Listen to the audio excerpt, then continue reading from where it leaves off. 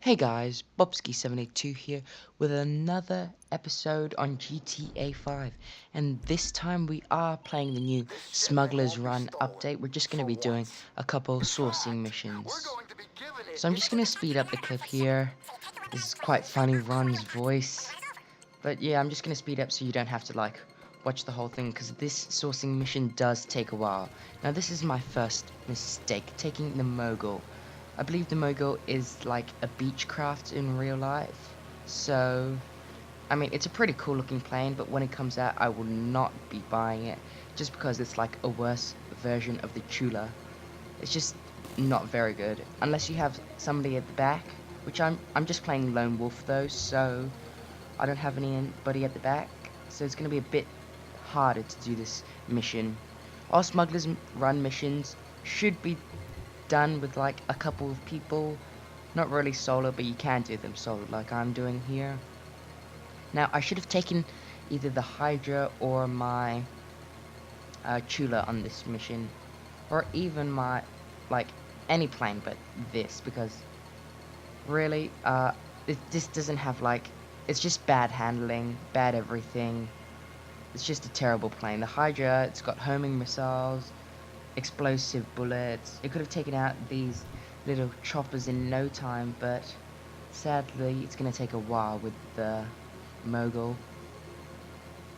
You'll see me looking at the map a bit because I'm really confused to where this Titan is.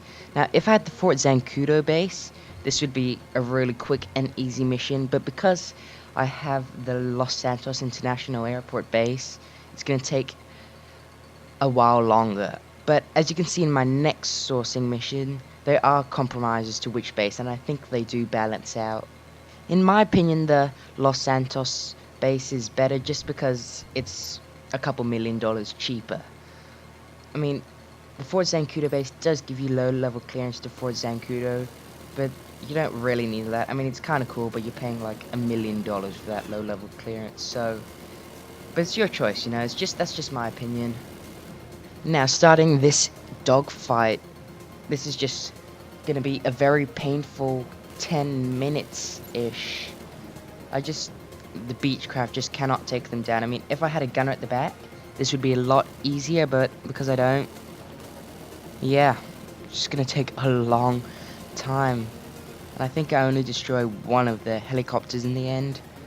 But if I had like a Hydra with the homing missiles or anything else, even like the Oppressor would have done this, then this would have been over very quickly. But you can't really speed up these sourcing missions. The Titan will still continue at its own speed for the next 4 kilometers to its drop point. So yeah, you can't really speed this up, so it's going to take roughly 15 minutes no matter what, which is a terrible pain. Like Smuggler's Run sourcing missions, or just the Smuggler's Run business, is one of the worst paying businesses in the whole game, I think. I'm going to speed up a little bit more now. It's really quite uneventful, this dogfight. It's just me trying to take out these copters. They're not even trying to shoot me, they're just focusing on this Titan, trying to get it down, which is really quite dumb. But like this, yeah, the handling on this plane is just terrible. Maybe if you got like race handling or smooth handling in the little modification shop, it would be a bit better, but still, I think a terrible plane. Really, the only pluses from these source missions are you get to try out a lot of these planes, so you can like just try them out before using them to see if you like them or not. But another big bonus is the vehicle discounts. All Smuggler's Run planes have a trade price, and so really, if you think about it, if you get the trade price, it's effectively earning that amount of money if you're going to buy the plane. So if you do like 30 sourcing missions or something, you could think of it as just saving $1.2 million on the Chula. So you can see here the Titan's health is pretty low, but fortunately it does reach the drop zone in time. So now I'm just gonna jump out of the Beechcraft. I don't need it anymore. I didn't need it ever. I'm just gonna parachute down to the crate.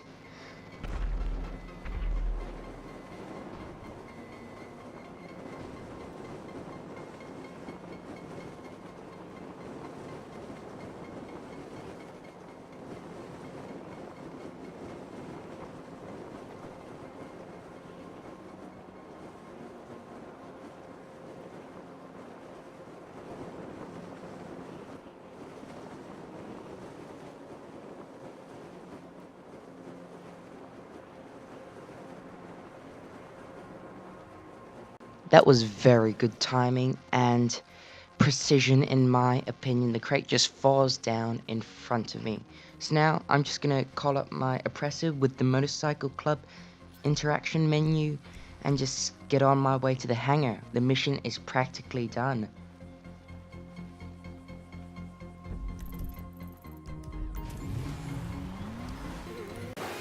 Now these helicopters that will start chasing you once the signal is spread worldwide, they can be quite annoying. I mean, if you have like the Kuruma or something, want to take the long route, it'll be fine. Like, they won't damage you at all. But they can be quite annoying if you're on a bike or like an oppressor. The best way to deal with these is to actually take out the gunner. Because if you take out the helicopters, 2 more helicopters will immediately take their place. So if you take out the gunners, then the helicopters will just be chasing you and not do anything.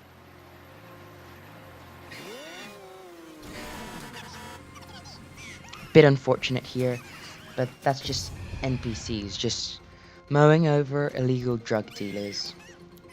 I'm just gonna take these helicopters out though, because they are annoying me, but I'm just gonna use the sniper rifle for this helicopter as I don't want to waste the $600 it costs for the missile in the homing launcher. So now I'm just gonna get back on my way, almost there, just another 2 kilometers ish. And then that's practically the sourcing mission done. You can see 2 more helicopters have spawned once I took those 2 out. So they can be annoying, but they don't really bother me that much now.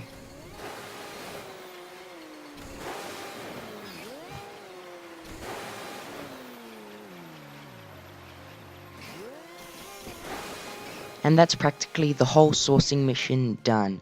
So this next sourcing mission is quite easier, not as tedious as the last one, and they do give me a plane again, the LF-22 Starling, which I do have, but I should not have used this plane again.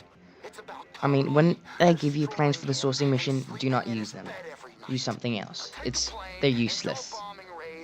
So I just use this plane anyway though. I'm just gonna do it the way it's supposed to be done, but I don't get the job done.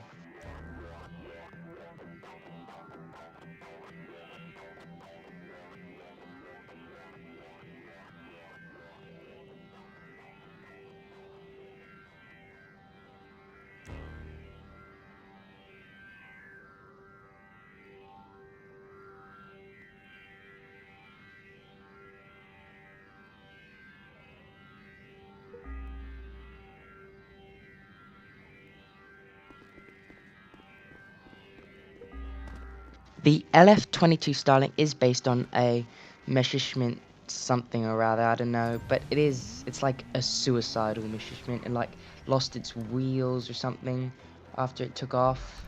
I don't think it even had wheels, it had like sleds to land or something. So it wasn't really the most enjoyable plane in real life, but in GTA 5 it is quite fun.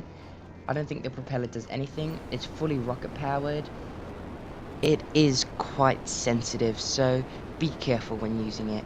Helpful hint, the left joystick on the controller activates the rocket boost, but you can also press it again to stop the rocket boost, like if you're approaching your target or are about to land. So we're approaching this target now, and they want us to use bombs, but if you took your personal aircraft or anything really with homing missiles, it's going to be a lot easier. Bombs are quite tricky to use, and I'd highly advise homing missiles or just normal missiles or even explosive bullets. Bombs, yeah, they're not that nice to use. They're quite tricky, and if you're gonna use bombs and you're attacking something like this, always go in the long distance, don't go across, because really there's a lot less stuff you're gonna cover by bombing. As you can see in that first bombing strike, I only destroyed 2 things or something. I'm just gonna try the way you're supposed to do it properly. You can't bomb at an angle, which is quite annoying, but it makes sense. So I'm just gonna do it properly, but the NPCs are going to shoot you, and that can damage the plane quite a bit. You can see here the styling is actually quite cool and good for stunts. So if you like stunting, yeah, be sure to check the LF22 styling out.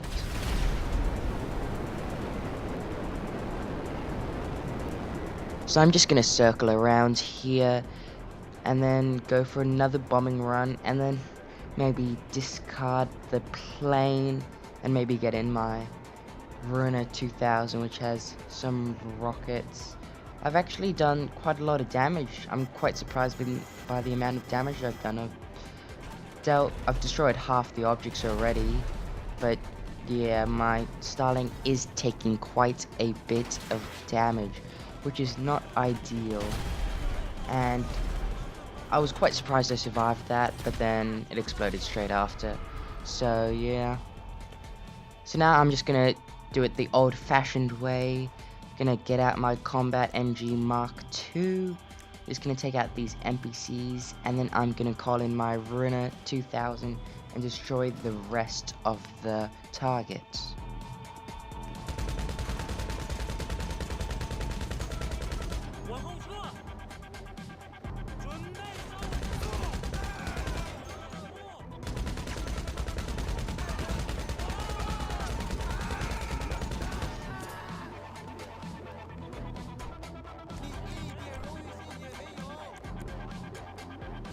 So I'm just calling in my Runa 2000 here. I'm just using the Runa 2000 because it's fun, and I really do not use it enough, especially with the new updates of like the Oppressor and the Vigilante, which is coming out. The Runa 2000 is just going to be dead, so I do like to use it when I have the chance. So I'm just going to make my now to my Runa 2000, and I'm going to take out the remaining objects. Now the Runa 2000 only has 8 missiles, so yeah, I think this should be enough for all of this, but it may not be.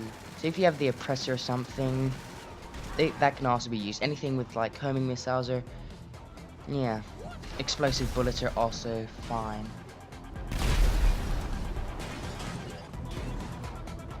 So I'm just gonna take these out now. There are a couple objects, but one missile will take a couple out at a time, which is quite useful. I wasted a missile there. I did not think the missile was going to hit that debris, but the missiles are quite low on the Runa 2000, so you just have to keep that in mind. Now, I've destroyed everything apart from this last object.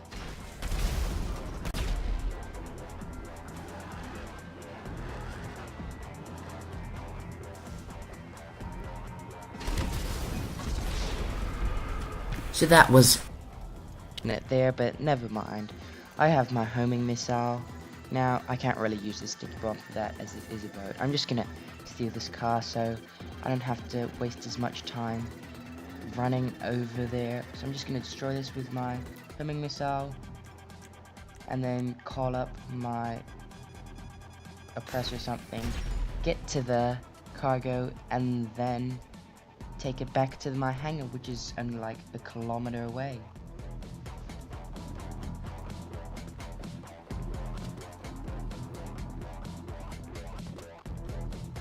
So I'm just gonna take my Oppressor here to the crate or goods, and yeah, it's a very easy source mission. This is only taking me like 10 minutes in total, so a lot better than the last one, and a lot more fun in my opinion. I mean, who doesn't like blowing stuff up? So there's the goods mission vehicle. It's a Frogger helicopter, which is quite a fast helicopter. I mean, it's also looks quite original. It's like kind of wide, like a frog mouth or something. But yeah, this would be a lot harder if I was going to Fort Zancudo, as it's quite a fair distance away, and there are going to be 2 helicopters chasing after me, which could be a problem. But as I'm only going to Los Santos International Airport, it's gonna be fine. It's just a kilometer or something, very easy.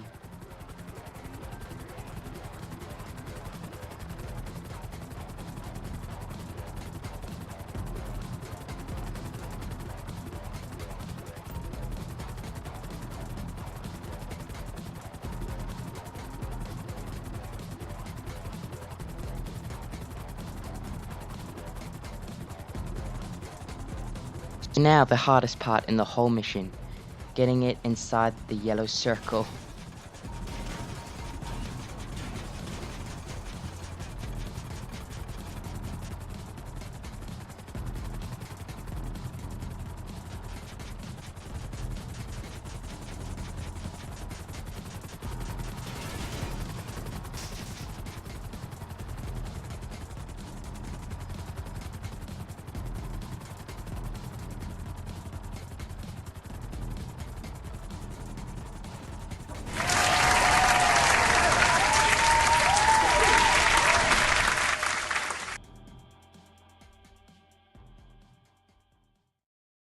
So that's all for today, guys. I hope you enjoyed, and I'll see you in the next episode.